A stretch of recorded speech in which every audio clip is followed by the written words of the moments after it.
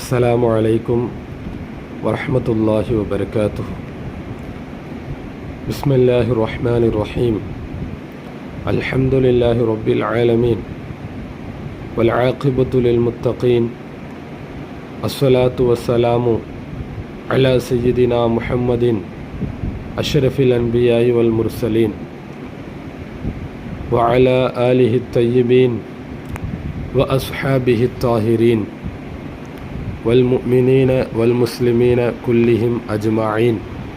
أما بعد، فقد قال الله تبارك وتعالى في كلامه القديم والفرقان الحميد: أعوذ بالله من الشيطان الرجيم بفضل بسم الله الرحمن الرحيم. ولقد نصركم الله ببدر وأنتم أذلة صدق الله العلي العظيم.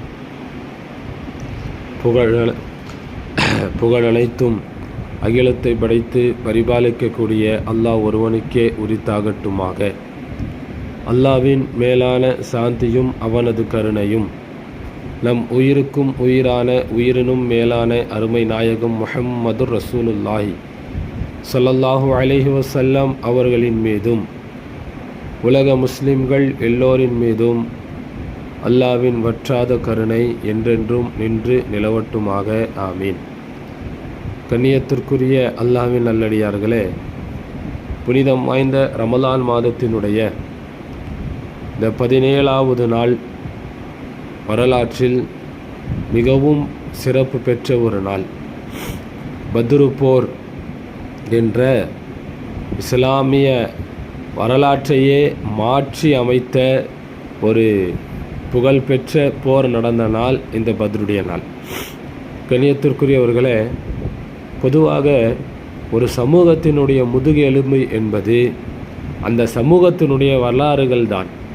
எனவே எந்த சமூகம் தன்னுடைய வரலாற்றை பாதுகாத்து வைக்கிறதோ அந்த சமூகத்தினுடைய முதுகெலும்பு பலமாக இருக்கிறது என்ற அர்த்தம்.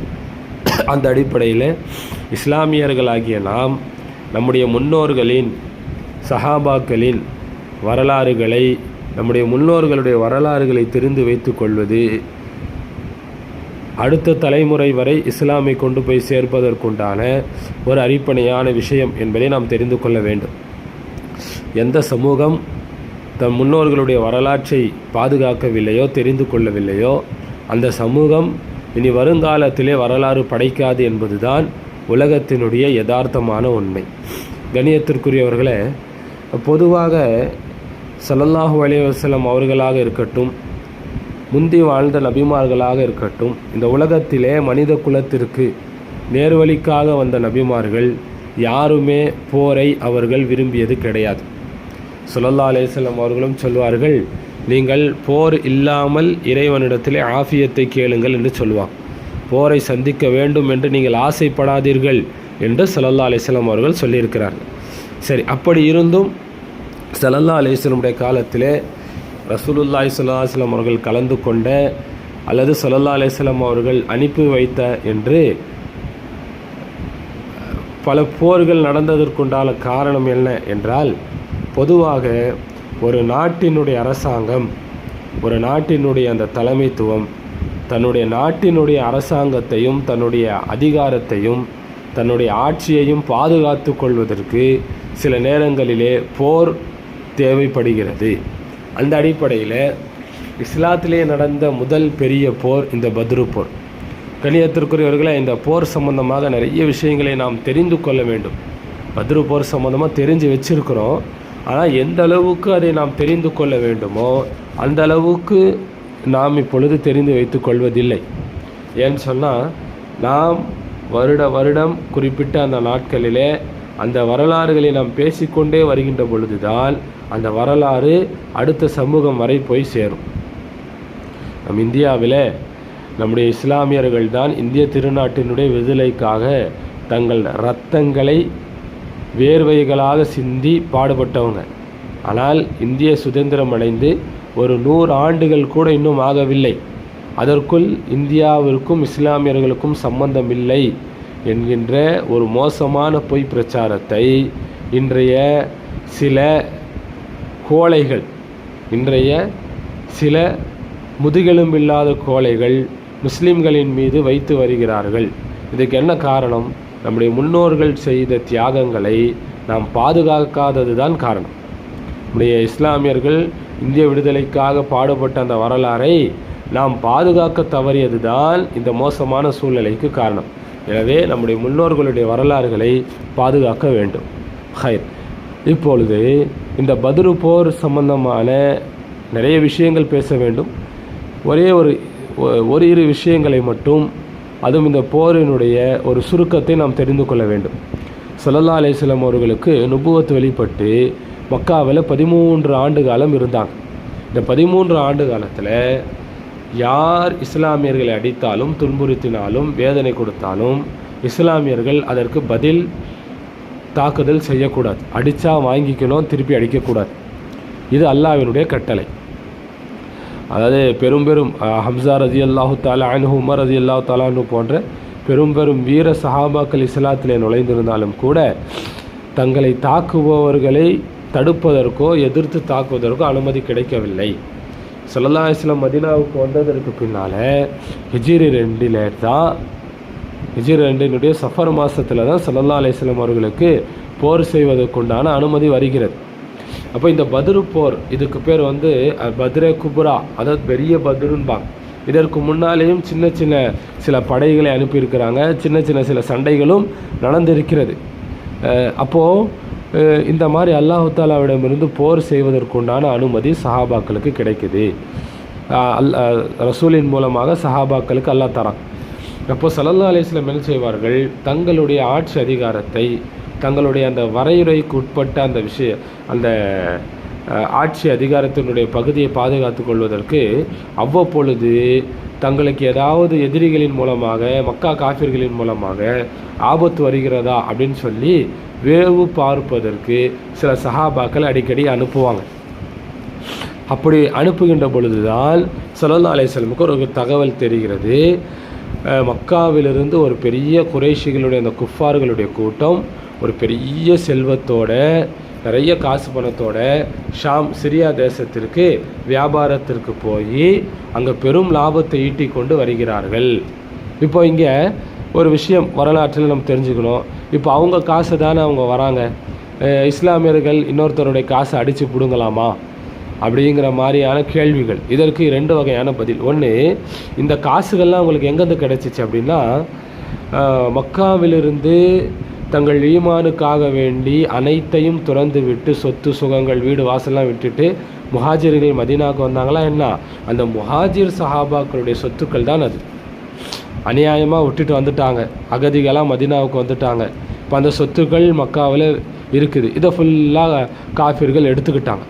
இந்த சொத்துக்கள் எல்லாம் சேர்த்து என்ன செய்கிறாங்க? ஷாமுக்கு வியாபாரத்துக்கு வராங்க. எதுக்குன்னா, அந்த ஷாம் நாட்டினுடைய வியாபாரத்தில் கிடைக்கக்கூடிய அந்த காசு பணங்களை இஸ்லாத்தை அழிப்பதற்காக, முஸ்லீம்களுக்கு எதிராக செலவு செய்ய வேண்டும் அப்படின்னு சொல்லி அவ்வளவு காசுகளையும் தீட்டிக்கொண்டு வியாபாரத்தில் லாபத்தை எடுத்துகிட்டு வராங்க. வரலாற்றில் வருது எந்த அளவுக்குன்னு சொன்னால், கிட்டத்தட்ட 50,000 தீனார்களை லாபமாக கொண்டு வந்தார்கள். 50,000 தீனார் அப்படின்னா, ஒரு தீனார் என்பது 4 கிராம் தங்கம். ஒரு தீனார் என்பது 4 கிராம் தங்கம். அந்த அடிப்படையில் பார்க்கும் பொழுது 50 தீனார்கள் என்பது 2 லட்சம் கிராம். 50 தீனார்கள் என்பது 2 லட்சம் கிராம். கணக்குப்படி பார்த்தாக்கா 25,000 பவுண்ட் தங்கம். 25,000 பவுண்ட் தங்கம். இன்றைக்கி தங்கத்தினுடைய விலையை வைத்து நாம் பார்க்கின்ற பொழுது அவர்கள் கொண்டு வந்த அந்த லாபத்தினுடைய அளவு மட்டுமே கிட்டத்தட்ட பல கோடிகளை அது என்ன செய்கிறது? சென்றடைகிறது. பல கோடிகள். எந்த அளவுக்குன்னு சொன்னால் 150 கோடிகள் வரை அந்த லாபம். அவ்வளவு காசையும் இஸ்லாத்திற்கு எதிராக செலவு செய்யணும்னு வரும் பொழுது தான் ஸல்லல்லாஹு அலைஹி வஸல்லம் என்ன முடிவு செய்கிறாங்க? அந்த வியாபார கூட்டத்தை தடுத்து அவர்களும் இருக்கக்கூடிய அந்த பொருட்களை எல்லாம் நாம் வாங்கி கொண்டு, இப்போவும் அந்த வியாபார கூட்டத்தை கொலை செய்யணும்னு ஸல்லல்லாஹு அலைஹி வஸல்லம் போர் செய்யணும்னு நினைக்கல. அந்த செல்வங்களை வாங்கி யாருடைய செல்வத்தை எடுத்துகிட்டு அவங்க போனாங்களோ அதை முஹாஜிர்களுக்கு பங்கு வச்சு தந்துடலான்னு முடிவு செஞ்சுட்டு, பொதுவாக ஒரு சாதாரண வியாபார கூட்டத்தை தடுக்கிறது தாக்குறதுக்குன்ற போது பெரிய ஆயுதங்கள் எல்லாம் தேவையில்லை. அதனால் ஸல்லல்லாஹு அலைஹி வஸல்லம் அவர்கள் கொஞ்சம், ரொம்ப இல்லாமல் கொஞ்சம் போல் சஹாபாக்களை அழைச்சிக்கிட்டு ரமலானுடைய மாதத்தில் வராங்க. இதுக்குள்ளே இந்த வியாபார கூட்டத்திற்கு யார் தலைவராக இருந்தாங்க அப்படின்னா அபு சுஃபியான் என்பவர்கள். பிற்காலத்தில் அவங்க இஸ்லாத்துக்கு வந்துட்டாங்க. அபு சுஃபியான் அவங்க தான் வந்து தலைவர்லாம் வந்தாங்க. அப்போ அபு சுஃபியான் அவர்கள் உண்மையிலேயே வந்து புத்தி கூர்மை உள்ளவர்கள். அவங்க வரும்போது பார்க்குறாங்க, ஒரு இடத்துல ஒட்டகையினுடைய சில கழிவுகள் இருக்குது. அந்த கழிவை அவர் நோண்டி பார்க்குறாரு. அதில் சில பேரித்த பழங்களினுடைய கொட்டை இருக்குது. அந்த கொட்டையை பார்க்குறாரு. இந்த கொட்டை வந்து மதீனாவில் இருக்கக்கூடிய பேரித்த பழத்துடைய கொட்டையாச்சே, அப்போ யாரோ நம்மளை வேவு பார்த்துட்டு போயிருக்காங்க இஸ்லாமத்தில் அப்படின்னு சொல்லி உடனே மக்காவுக்கு அபுஜஹலுக்கு செய்தி அனுப்புகிறாங்க. இந்த மாதிரி உங்களுடைய வியாபார கூட்டத்தை முகமது ஸல்லல்லாஹு அலைஹி வஸல்லம் தாக்க வராங்க அப்படின்னு செய்தி சொல்லி ஒரு மனிதரை அனுப்புகிறாங்க. சரி, இப்போ இந்த நிகழ்வுகளுக்கு இதற்கு முன்னாலே மக்காவில் நடந்த ஒரு நிகழ்வு, அன்னை ஹஸ்ரத் ஸல்லல்லாஹு அலைஹி வஸல்லம் அவர்களுடைய சிறிய தந்தை ஹஸ்ரத் அப்பாஸ் ரலியல்லாஹு தஆலா அன்ஹு.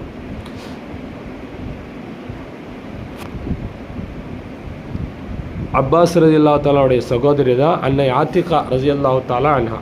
அப்படின்னா ஸல்லல்லாஹு அலைஹி வஸல்லமுக்கு குப்பி மாமி வேணும். இப்போ இவங்க ஒரு கனவு பார்க்குறாங்க. கனவுல ஒரு மனிதர் மக்காவுக்குள்ளே வராரு. சட்டெல்லாம் கிழிஞ்சிருக்கு. ஒட்டகையினுடைய மூக்கு அறுபட்டு இருக்குது. ஒட்டகைக்கு மேலே ஒட்டகையினுடைய சாமான்கள்லாம் தலைக்கீழாக இருக்குது. பொதுவாக அரபிகள்கிட்ட ஒரு ஊருக்கு ஒரு ஆபத்து வருதுன்னா அந்த ஆபத்தை உணர்த்தக்கூடிய ஒரு மனிதன் இந்த தோற்றத்தில் தான் வருவார். இது அவங்களுடைய வளமை. அவர் வந்தவர் என்ன செய்கிறாரு, நேராக அபு குபைஸ் மலை மேலே ஏறி மக்காவினுடைய விரோதிகளே உங்களுக்கு ஆபத்து வந்துருச்சு, நாசம் வந்துருச்சுங்கிறார். காபாவில் ஏறி சொல்கிறார். இப்படியே 3 தடவை அறிவிப்பு செய்கிறார். கடைசியில் கையில் ஒரு கல் எடுக்கிறாரு. அந்த கல் துகளாகி மக்காவினுடைய எல்லா குறைஷ்கள் வீட்லேயும் போய் உழுது. இந்த கனவை ஆத்திகா அவங்க பார்த்துட்டு தன்னுடைய சகோதரர் அப்பாஸ் ரலியல்லாஹு சொல்கிறான். அப்போ அப்பாஸ் ரலியல்லாஹு சொன்னாங்க, சரிம்மா நீ இதை யார்ட்டையும் சொல்லாதே அப்படின்னு சொல்லிட்டு வலீத் இப்னு உத்பா அப்பாஸ் ரலியல்லாஹுக்கு தோழராக இருந்தார். அவர்கிட்ட போய் சொல்லார், எப்பா இப்படி ஒரு கனவு என் சகோதரி பார்த்துருக்கா, ஏதோ மக்காவுக்கு ஆபத்து வரப்போகுதுன்னு சொன்ன உடனே நீ யார்கிட்டையும் சொல்லாதேன்னு சொன்னாங்க. ஆனால் அந்த வலீத் இப்னு உத்பா என்ன செஞ்சான், தன்னுடைய தந்தை உத்துபாட்டை போய் சொல்லிட்டான். இந்த உத்துபா என்பவன் தன்னுடைய சகோதரர் ஷைபாட்டை சொல்ல இப்படியே ஊரில் பரவி கடைசியில் அபுஜஹலுக்கு செய்தி போயிடுச்சு. இப்போ இந்த அபுஜஹல் என்ன செய்கிறான், அப்பாஸ் ரலியல்லாஹு காபத்துல்லாவை ஒரு நாள் தவாப் செஞ்சிட்ருக்கிறாங்க. இந்த நிகழ்வு நடந்த அடுத்த நாள். அப்போ நேராக அபுஜஹல் வந்து சொன்னால், என்ன அப்பாஸ் அவர்களே, இது வரைக்கும் உங்கள் குறைஷிகளில் ஆண்களுக்கு தான் வஹி வரும்னு சொல்லிட்டு இருந்தீங்க, இப்போ என்ன பெண்களுக்கும் வஹி வருதா அப்படின்னு கிண்டலாக சொன்னான். இதை கேட்டவொன்னே அப்பாஸ் ரலியல்லாஹு அவருக்கு என்ன சொல்கிறதுன்னு தெரியல. நேராக வந்து தன் குடும்ப பெண்கள்கிட்ட சொன்னாங்க, இந்த மாதிரி அபுஜஹல் கிண்டல் அடிக்கிறாமான்னு சொன்னோடனே அப்பாஸ் ரலியல்லாஹுடைய குடும்பத்து பெண்கள், குறைஷி பெண்கள், வீரத்திற்கு பெயர் போனவர்கள் சொன்னாங்களாம், அவன் சொன்னான்னு நீங்களும் கேட்டுட்டு வந்திருக்கிறீங்களே, திருப்பி பதில் தர வேணாமா நீங்கள் அப்படின்னு ரோஷமாக சொன்ன உடனே அப்போ அப்பாஸ் ரலியல்லாஹு சொன்னாங்க, சரி எனக்கு சரியான டைம் கிடைக்கட்டும், நான் பதில் தரேன்னு சொல்லி ஒரு 3 நாள் கழித்து மக்கா அந்த காபத்துல்லாவுக்கு வராங்க. வந்து அவன் அபுஜஹல்கிட்ட அதுக்கு பதில் தரதுக்காண்டி அபுஜஹலை கூப்பிட்றாங்க. ஐயா அபுல் ஹிகம், ஏன்னா அபுஜஹலுடைய அசல் பேர் அம்ரு, அவனுக்கு அரபிகள் வச்சுருந்த பேர் அபுல் ஹிகம், ஞானத்தின் தந்தைன்னு.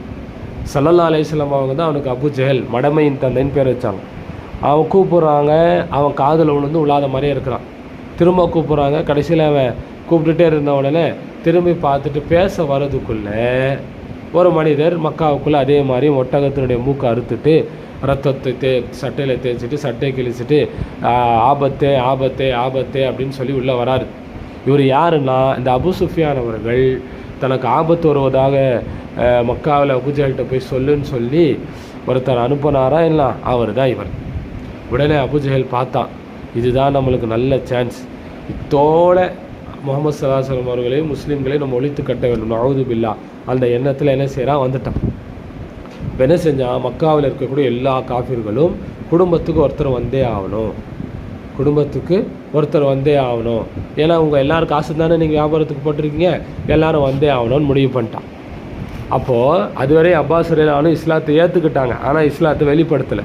அப்போ வேறு வழி இல்லாமல் அப்பாஸ் ரலியல்லாஹு அவர்களும் போருக்கு வர வேண்டியதாக போச்சு. ஸல்லல்லாஹு ஏற்கனவே போருக்கு முன்னாடியே சொன்னாங்க, சிறிய தந்தை அப்பாஸை நீங்கள் யாராவது பார்த்தீங்கன்னா அவரோட போர் செய்யாதீங்க, அவர் வேறு வழி இல்லாமல் நிர்பந்தத்தில் வந்திருக்கிறாருன்னு சொன்னாங்க. அப்போ இந்த நேரத்தில் பாருங்கள், உமையத் இப்னு ஹலஃப் அப்படின்னு ஒருத்தன், பிலால் ரலியல்லாஹு அவர்களினுடைய எஜமானனாக இருந்தவன். பிலால் நிறைய கஷ்டங்கள் கொடுத்தான். அப்போ இந்த உமையத் இப்னு ஹலஃப் ஏற்கனவே மதீனாவில் இருக்கக்கூடிய ஒரு சஹாபியோடு அவன் தோழனாக இருந்தான். அந்த சஹாபி மக்காவுக்கு வரும்போது உமையாவுடைய வீட்டில் தங்குவாங்க. அப்போ அப்படி இருக்கும் பொழுது ஏதோ ஒரு சின்ன பேச்சுவார்த்தையில் அப்போ அந்த சஹாபி உமையாட்ட சொல்லிட்டாங்க, ஸல்லல்லாஹு அலைஹி வஸல்லம் உன்னை கொல்ல போகிறாங்க, முஸ்லீம்கள் கையால் உனக்கு சாவுன்னு சொல்லிட்டான். இப்போ என்ன ஆச்சரியன்னா, அந்த உமையாங்கிறவன் பக்கா காஃபிர், இஸ்லாத்தினுடைய விரோதி. அவன் கூட ஸல்லல்லாஹு அலைஹி வஸல்லம் சொல்லிவிட்டு அது கண்டிப்பாக நடக்கும்னு நம்பிக்கை வச்சுருந்தான். ஆனால் நம்ம இஸ்லாமியர்களாக இருக்கிறோம், ஸல்லல்லாஹு அலைஹி வஸல்லம் ஹதீஸின் மீது நமக்கு நம்பிக்கை வருவதில்லை. அல்லாஹ் காப்பாற்ற வேண்டும். அந்த காஃபிர்கள் மனதில் ரசூலின் மீது இருந்த நம்பிக்கை கூட இஸ்லாமியர்களாக இன்று நம்ம மீது இல்லை. ஹதீஸ்களில் நம்ம நம்பிக்கை ரொம்ப குறை. அல்லாஹ் காப்பாற்றணும். நமக்கு அல்லாஹு தஆலா ஈமான் பலத்தை தந்தருள் புரிவானாக. அப்போ அந்த உமையா என்ன செய்கிறான், நம்ம போருக்கு போனால் தானே கொல்லுவாங்க. அப்போ அந்த உமையா கேட்குறான் அந்த சஹாபிக்கிட்ட, மக்காக்குள்ளே வச்சு கொல்லுவாங்களா, மக்காவுக்கு வெளியிலன்னு சொன்னாங்களா ரசூல் அப்படின்னோடனே முகமது என்ன சொன்னார்னா, இல்லை மக்காக்குள்ளே இல்லை, மக்காவுக்கு வெளியில் தான் அப்படின்னு அந்த சஹாபி சொன்ன உடனே அப்போ இவன் உமையா நினைக்கிறான், நம்ம மக்கா விட்டு வெளியில் போனால் தானே சாவோம், நம்ம மக்கா விட்டு போகவே கூடாது அப்படின்னு நினச்சிட்டு இருந்துட்டாங்க. ஆனால் இந்த அபுஜஹல் இந்த மாதிரி போருக்கு ஆள் திரட்டின உடனே உமையத் இப்னு ஹலஃப் வரத்துக்கு யோசித்தார். அவர் வரவே மாட்டேன்னு சொன்னார். அந்த நேரத்தில் ஒருத்தன் யார் அப்படின்னா,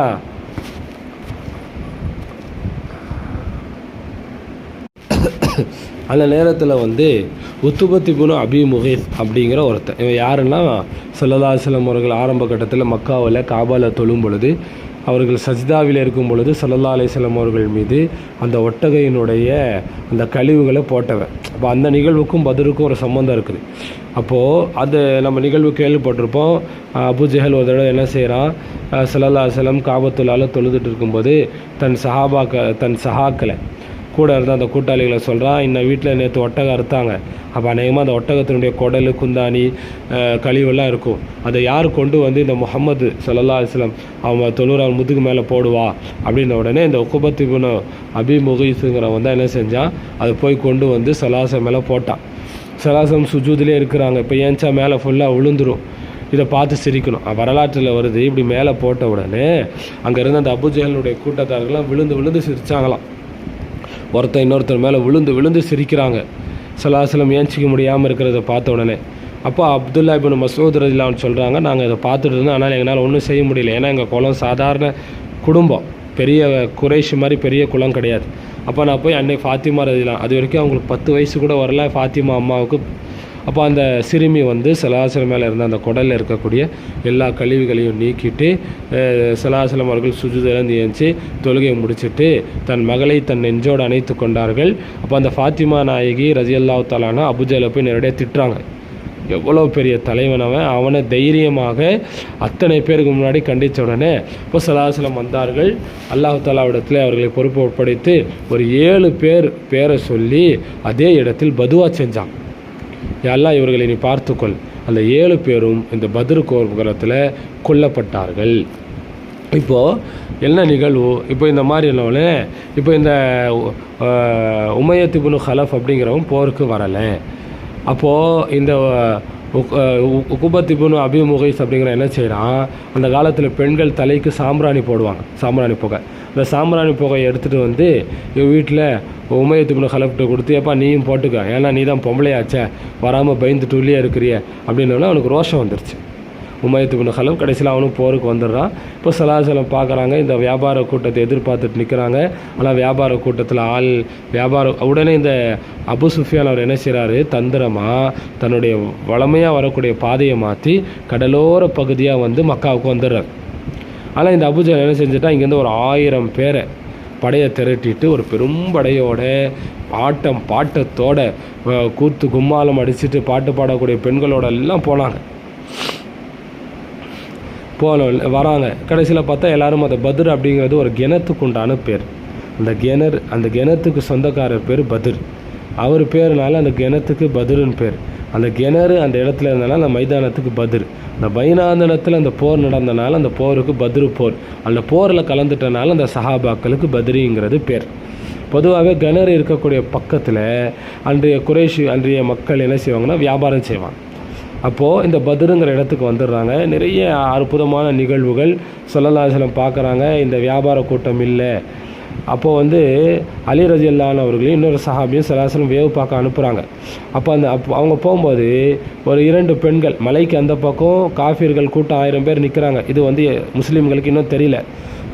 வியாபாரம் கூட்டம் தான் நினச்சிட்டு இருந்தாங்க. ஆனால் சண்டைக்கு ஒரு படம் வந்திருக்குங்கிறது தெரியல. அப்போ அந்த கன்னத்தில் இருக்கக்கூடிய ஒரு 2 பெண்கள் பேசிக்கிறாங்க. இங்கே ஒரு பெரிய படம் வந்திருக்கு, அந்த படைக்கு நான் தண்ணீர் இறைச்சி கொடுத்து என் கடனை அடைச்சிருவேன். உடனே அலி ரலியல்லாஹுக்கும் அந்த சஹாபிக்கும் ரொம்ப சந்தேகம். என்னடா இந்த அம்மா படன்னு சொல்லுது அப்படின்னு. கடைசியில் அந்த இடத்துல ஒரு சின்ன சிறுவன் ஆடு மேய்த்துட்டு இருந்தான். அவனை பிடிச்சி கேட்டால் அபு ஜஹல் ஒரு படையோடு வந்திருக்கிறாருன்னு உடனே சஹாபாக்கள் நம்பலை. அவனை அடித்து கேட்டாங்க. அவன் அப்பயும் அப்படி தான் சொன்னான். கடைசியில் ஸல்லல்லாஹு அலைஹி வஸல்லம் கூப்பிட்டு வந்தாங்க. ஸல்லல்லாஹு அலைஹி வஸல்லம் தொழுதுட்டு இருந்தாங்க. அப்போ 2 தடவை அடித்தாங்க. அப்போவும் அவன் உண்மையை தான் சொன்னான். கடைசியில் 3ஆவது தடையாக அந்த சிறுவன் பார்த்தாரு. நம்ம உண்மை சொன்னால் எதுக்கடான்னு சொல்லி, இல்லை ஒரு வியாபாரம் கூட்டம் வந்திருக்குன்னு சொன்ன உடனே சஹாபால் கூட்டுட்டான். இப்போ ஸல்லல்லாஹு அலைஹி வஸல்லம் தொழுது முடிச்சுட்டு சொன்னாங்க, அந்த பையன் உண்மை சொல்லும்போதெல்லாம் அடிச்சிங்க, அந்த பையன் போய் சொன்னோன்னு விட்டுட்டிங்களே அப்படின்னு சொல்லிட்டு அந்த பையன்கிட்ட கேட்டாங்களா, யாருப்பா வந்திருக்கா? இந்த மாதிரி அபு ஜஹல் படையோடு வந்திருக்காரு. சரி, எத்தனை பேர் வந்திருக்காங்க? அவருக்கு ஆள் தெரியல. அப்போது சரி, ஸல்லல்லாஹு அலைஹி வஸல்லமுடைய அறிவு கூர்மையை பாருங்கள். இப்போ ஸல்லல்லாஹு அலைஹி வஸல்லம் சொன்னாங்க, சரி ஒரு நாளைக்கு எத்தனை ஒட்டகை அறுக்கிறாங்க சாப்பிட்றதுக்கு? அவங்க 9லேருந்து 10 ஒட்டகை அறுக்கிறாங்க அப்படின்னு உடனே ஸல்லல்லாஹு அலைஹி வஸல்லம் புரிந்து கொண்டார்கள். கிட்டத்தட்ட 1000 பேர் வந்திருக்கிறாங்க. இப்போ என்ன செய்கிறதுன்னு மஷூரா செஞ்சாங்க. முஹாஜிர் தோழர்கள்லாம் போர் செய்யலான்னு மஷூரா கொடுத்தாங்க. இப்போ ஸல்லல்லாஹு அலைஹி வஸல்லம் திரும்ப கேட்டுகிட்டே இருந்தாங்க. என்ன காரணம்? அன்சாரிகள்கிட்ட யாரும் பதில் சொல்லலை. ஏன்னா அன்சாரிகள் ஸல்லல்லாஹு அலைஹி வஸல்லமுக்கு நாங்கள் மதீனாவுக்குள்ளே வச்சு உங்களை பாதுகாப்போம்னு சொல்லி சத்தியம் செஞ்சு கொடுத்தாங்க. ஆனால் இந்த போர் வெளியில் நடக்குது. அப்போ கடைசியில் அன்சாரிகள் இருக்கக்கூடிய ஒரு சஹாபி சஅத் இப்னு முஆஸ் ரலியல்லாஹு தஆலா அவர்கள், இவர்களுடைய மரணத்திற்கு தான் அர்ஷே குலுங்கியது. இப்போ சஅத் இப்னு முஆஸ் ரலியல்லாஹு வந்தாங்க. அவங்க எழுந்து நின்று சொன்னாங்க, யாரை சொல்ல நீங்கள் எங்களை நினச்சி தான் பேசுகிறீங்க, நீங்கள் தாராளமாக போருக்கு போவோம், நீங்கள் என்ன சொன்னாலும் நாங்கள் செய்கிறோன்னு சொல்லி ஒரு உத்வேகமான உரையை தந்தாங்க. ஸல்லல்லாஹு அலைஹி வஸல்லம் சந்தோஷப்பட்டாங்க. இந்த ஹதீஸ் அறிவிக்கிற சஹாபி சொல்கிறாங்க, சஅத் இப்னு முஆஸ் ரலியல்லாஹு பதில் கொடுத்தோடனே ஸல்லல்லாஹு அலைஹி வஸல்லம் முகத்தில் அவ்வளோ சந்தோஷம். அந்த சந்தோஷத்தை பார்க்குறதுக்கே எனக்கு பெரிய பாக்கியம் அப்படின்னு அந்த சஹாபி சொல்கிறாங்க. கடைசியில் போருக்கு வந்துட்டாங்க. போர் ஆரம்பிச்சிச்சு. போர் அதாவது சுபு தொழுது முடித்த உடனே அந்த சூரிய வெளிச்சம் வருதா என்ன, அப்போ ஆரம்பித்த போர் லுஹா நேரத்துக்குள்ளே போர் முடிஞ்சிருச்சு. இஸ்லாமியர்களுக்கு வெற்றி கிடைஞ்சிருச்சு. சஹாபாக்களையும் ஒரு 10 சொச்சம் சஹாபாக்கள் ஷஹீதானாங்க. காஃபிர்களில் 70 பேர்கள் கொல்லப்பட்டுட்டாங்க. காஃபிர்களில் ஒரு 14 சஹாபாக்கள் ஷஹீதானாங்க. காஃபிர்களில் 70க்கும் மேற்பட்ட, இந்த 70 பேர்பட்ட யார்? இந்த காஃபிர்களில் இறந்தவங்கள ஸல்லல்லாஹு அலைஹி வஸல்லம் அங்கே மக்காவில் அன்றைக்கி ஒரு நாள் பதுவா கொடுத்தாங்களா என்ன, அந்த 7 பேரும் இந்த பத்ரோட தொடர்புடையாகி கொல்லப்பட்டுட்டான். ஏன்னா இந்த போர் ஆரம்பிக்கிறதுக்கு முன்னாடியே ஸல்லல்லாஹு அலைஹி வஸல்லம் கேட்டாங்க, எதிரி படையில் யாரெல்லாம் இருக்கிறாங்கன்னு சொன்னோன்னே உத்துபா, ஷைபா, வலீது, அபு ஜஹல், உமையத் இப்னு ஹலஃப், இது மாதிரியான தலைவர்கள் பேர் சொன்ன உடனே ஸல்லல்லாஹு அலைஹி வஸல்லம் சொன்னாங்க, மக்கா தன்னுடைய ஈர கொலையை இங்கே கொண்டு வந்து கொட்டியிருக்கிறது. ஏன்னா இவங்க தான் மக்காவுடைய தலைவர்கள். இவங்க சோழியம் முடிஞ்சா அவ்வளோதான், சோழியம் முடிஞ்சிருச்சு. அப்போது கடைசியில் கொல்லப்பட்டாங்க. இஸ்லாமியர்களுக்கு ஒரு பெரிய வெற்றி கிடச்சி. இப்போ என்ன ஒரு இதில் நமக்கு படிப்பினை அப்படின்னா, பொதுவாகவே வெற்றி என்பது அல்லாஹ்வின் மீது நாம் வைக்கக்கூடிய ஈமானை பொறுத்து தான். நம்மக்கிட்ட பலம் இருக்குது, பலம் இல்லை, அதெல்லாம் மேட்டர் இல்லை. நம்மக்கிட்ட ஈமானிய பலம் இருக்குதா, அல்லாஹ்வின் மீது நம்பிக்கை இருந்தால் கண்டிப்பாக நம்மளுக்கு வெற்றி கிடைக்கும் என்பது தான் பத்ர் சொல்லுது. ஏன்னா சஹாபாக்களில் 313 பேர் தான், காஃபிர்களில் 1000க்கும் மேற்பட்டவங்க. சஹாபாக்கள்கிட்ட இருந்தது 70 ஒட்டகை, 2 குதிரை. காஃபிர்கள்ட்ட 100 குதிரை, 600 கவசங்கள், பல ஒட்டகைகள் இருந்துச்சு. சொல்லப்போனால் எல்லா ஆயுத பலம், படைபலம் எல்லாம் காஃபிர்கள்ட்ட இஸ்லாமியர்களோட பன்மடங்கு இருந்துச்சு. ஆனால் இஸ்லாமியர்கள்ட்ட அல்லாஹ்வின் மீது ஈமானும் இறையச்சமும் இருந்துச்சு. வெற்றி அல்லாஹ் இஸ்லாமியர்களுக்கு தந்தான். இந்த பத்ரில் இன்னொரு ஆச்சரியம் என்னென்னா, பொதுவாக ஸல்லல்லாஹு அலைஹி வஸல்லம் காலத்தில் நடந்த போர்களில் எல்லா போர்கள்லையும் மலக்குமார்கள் கலந்துருக்கிறாங்க. ஆனால் எந்த மலக்குகளும் போர் செஞ்சதில்லை. பத்ரில் மட்டும்தான் ஸல்லல்லாஹு அலைஹி வஸல்லம் வலது பக்கத்தில் சையதுனா ஜிப்ரீல் அலைஹிஸ்ஸலாம் தலைமையில் 1000 மலக்குகள், இடது பக்கத்தில் சையதுனா மீகாயில் அலைஹிஸ்ஸலாம் தலைமையில் 1000 மலக்குகள் போர் செஞ்சாங்க. அதாவது எந்த அளவுக்குன்னு சொன்னால், சஹாபாக்கள் சொல்லுவாங்க, இந்த 70 காஃபிர்கள் கொல்லப்பட்டாங்கல்லாம் என்ன, அந்த கொல்லப்பட்டவர்களில் சஹாபாக்களால் கொல்லப்பட்டவங்களும் இருக்கிறாங்க, மலக்குகளால் கொல்லப்பட்டவங்களும் இருக்கிறாங்க. மலக்குகள் ஒரு ஆள் அடித்து கொன்னாங்கன்னா மூக்கு அறுபட்டு முகம் செதஞ்சு சின்ன பின்னமாகி உடம்புலெல்லாம் சாட்டை அடி விழுந்திருக்கும். அப்போது மலக்குகளும் கலந்துருக்கிறார்கள். பின்னொரு காலத்தில் ஜிப்ரீல் அலைஹிஸ்ஸலாம் ஸல்லல்லாஹு கேட்டாங்க, நீங்கள் பத்ர் சஹாபாக்களை பற்றி, பத்ரில் கலந்து கொண்ட உங்கள் தோழர்களை பற்றி நீங்கள் என்ன நினைக்கிறீங்கன்னு கேட்கும் பொழுது ஸல்லல்லாஹு சொன்னாங்க, சஹாபாக்களே என் தோழர்களே அவங்க ரொம்ப சிறந்தவங்கன்னு சொன்னாங்க.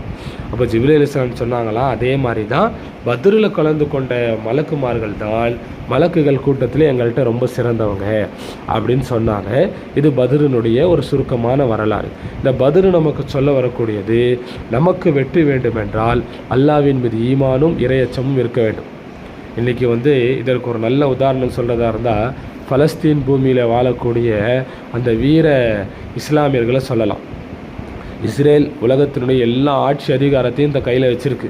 உலகத்தையே அந்த இஸ்ரேல் தான் ஆட்சி செய்துன்னு நம்ம நினைக்கிறோம். ஆனால் அந்த இஸ்ரேல்னால் பல ஆண்டுகளாக போராடி பார்க்குது, பலஸ்தீனை அவர்களால் கைப்பற்ற முடியவில்லை. பலஸ்தீனில் இருக்கிறவங்கள ஷஹீது தான் ஆக்க முடியதே தவிர பலஸ்தீன் பூமியை அவர்களால் கைப்பற்ற முடியவில்லை. என்ன காரணம்? பலஸ்தீன் மக்களிடத்தில் இருக்கக்கூடிய ஈமானும் அல்லாஹ்வின் மீது இருக்கக்கூடிய உறுதியான நம்பிக்கை. இந்த நம்பிக்கை நம்மக்கிட்ட வரணும். பொதுவாக இஸ்லாமியர்களாகிய நாம் எக்காலத்திலேயும் மரணத்தை கண்டு பயப்படக்கூடாது. மரணம் என்பது வந்தே தீரும். ஆனால் அந்த மரணம் நமக்கு நல் மரணமாக இருக்க வேண்டும். அதற்கு இது போன்ற நிகழ்வுகள் எல்லாம் நமக்கு ஒரு படிப்பினையாக இருக்கிறது. வல்ல ரஹ்மான் இந்த பத்ர் சஹாபாக்களினுடைய பொருட்டால் உலகத்தில் இருக்கக்கூடிய எல்லா இஸ்லாமியர்களுக்கும் வெற்றியை தருவானாக. இந்தியாவிலே இஸ்லாத்தை தலைவாங்க செய்வானாக. பலஸ்தீன் போன்ற புனித பூமிகளிலே இருக்கக்கூடிய இஸ்லாமியர்களுக்கு அல்லாஹ் தஆலா புனித இந்த ரமலான் மாதத்தின் பொருட்டாலும் பத்ர் சஹாபாக்களின் பொருட்டாலும் பரிபூர்ண வெற்றியை தந்து அருள் புரிவானாக. வ ஆகிரு தவானா அனில் ஹம்துலில்லாஹி ரப்பில் ஆலமீன். அஸ்ஸலாமு அலைக்கும் வரஹ்மத்துல்லாஹி வபரகாத்துஹு.